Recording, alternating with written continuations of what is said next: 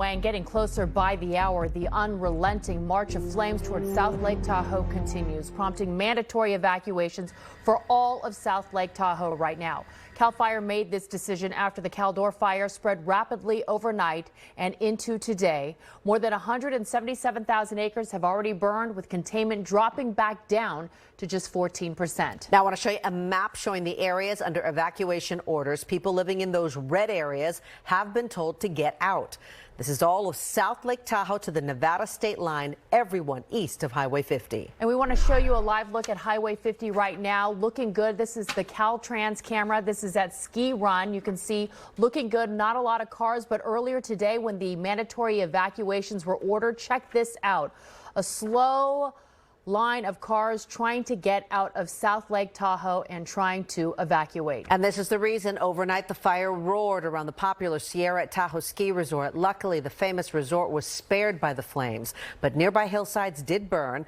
The main buildings and the chairlifts have been saved, at least for now. We have team coverage of this wildfire. We're going to get to our meteorologist in just a moment, but let's begin with NBC Bay Area's Thom Jensen. He's live in South Lake Tahoe, and you can see some cars still trying to get out of town. Tom. Yeah, not as many, definitely. In fact, it's starting to look a lot more like a ghost town as that main surge of evacuees came through.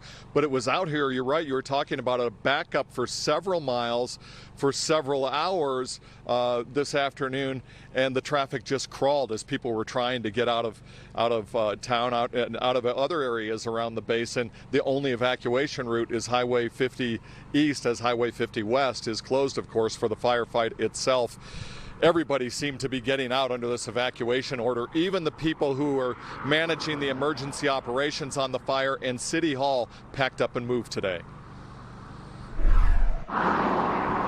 Lake Tahoe Boulevard looks like the approach to the Bay Bridge as people try to get out of the basin and out of the way of the Caldor Fire.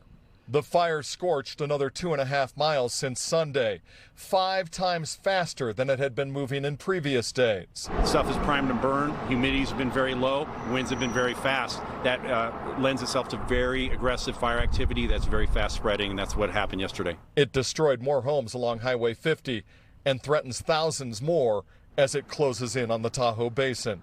Today, emergency evacuation orders expanded to include much of South Lake Tahoe and areas along the western shoreline of the lake. People wasted no time getting out, and traffic backed up for miles as thousands loaded up their cars, trucks, and trailers and headed for safety. We started packing last night when we got I wish I would have started packing earlier.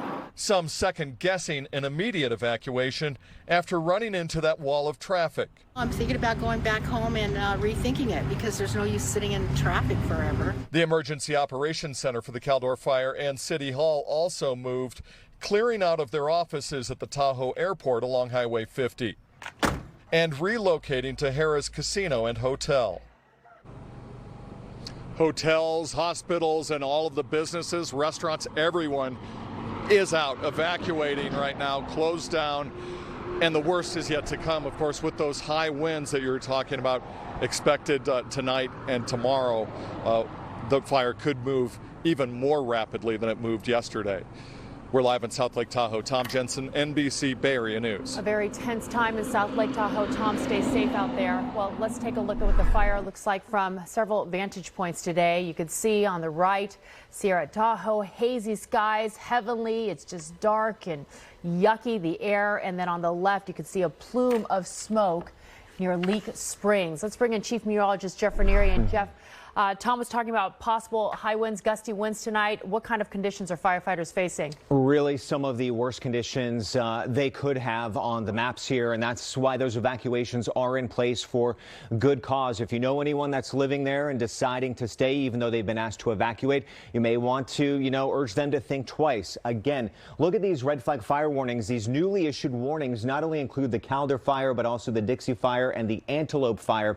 So mountain gusts of 20 to 50 coming coming out of the southwest. For the highest peaks, it could actually gust over 50 miles per hour and humidity 5 to 15%. Let's get you in closer and we'll show you the fire zone. And there's a lot happening on this map, but what I really want you to focus in on is most of the growth has been on the eastern side of the fire, from Kybers to Twin Bridges right over to Phillips. That's where we're seeing a lot of this hot spotting. So right now, winds out of the southwest at 8, not bad, but again, those gusts tonight, 20 to 50, and we're seeing the same wind gust forecast as we roll through tomorrow. So as we go in even closer, Myers is really the next town that's in jeopardy. This fire is just 6 miles to the south of South Lake Tahoe. So not only tense tonight, but certainly over the next 48 hours with those red flag fire warnings in place. Okay, thank you, Jeff. Now, part of the reason that Sierra at Tahoe Ski Resort actually survived was because of this. The resort using its snowmaking machines to spray water onto the buildings, an effort to save the resort from all those flames. Resort also using sprinklers. Right now, the lodges, as we told you, and the buildings are standing, but there's some hot spots still smoldering right next to the chairlift. Now let's look at why this fire and others like it are taking off so quickly. Meteorologist Rob Mayeda continues our coverage now. Rob joins us. And Rob, so much burning and everything is so dry. Yeah, the drought really setting the stage for why these fires are really taking off. You can see the footprint here on the Caldor Fire and the Dixie Fire off to the north. Both of those fires originally got started in the highest severity of our current drought, the exceptional drought that we're seeing on the west slope of the Sierra. And the fuels, what is burning in these fires, are near all-time dry levels. The energy release component there on the west slope of the Sierra, you see it right there next to the red line. That indicates that once a fire gets started, it's going to take off quickly and it's going to burn very intensely. And we've been seeing this on the fire behavior at this particular fire, the Caldor Fire. Any embers that fall in that high ERC environment means that this fire will take off and spread rapidly with high heat. We've been seeing that throughout with this fire. And what we're seeing more of in California in terms of the climate change angle, as our weather turns warmer and drier through time, that means this type of fire behavior, long-range spotting, massive wildfires generating their own weather, becomes more common. Also at night, as nights tend drier in the mountains, and the winds continue to be ongoing, like we saw at the Caldor Fire last night, growing by 20,000 acres. You're now seeing these 24-hour fire cycles on these active fires, sometimes moving more at night than they do during the day.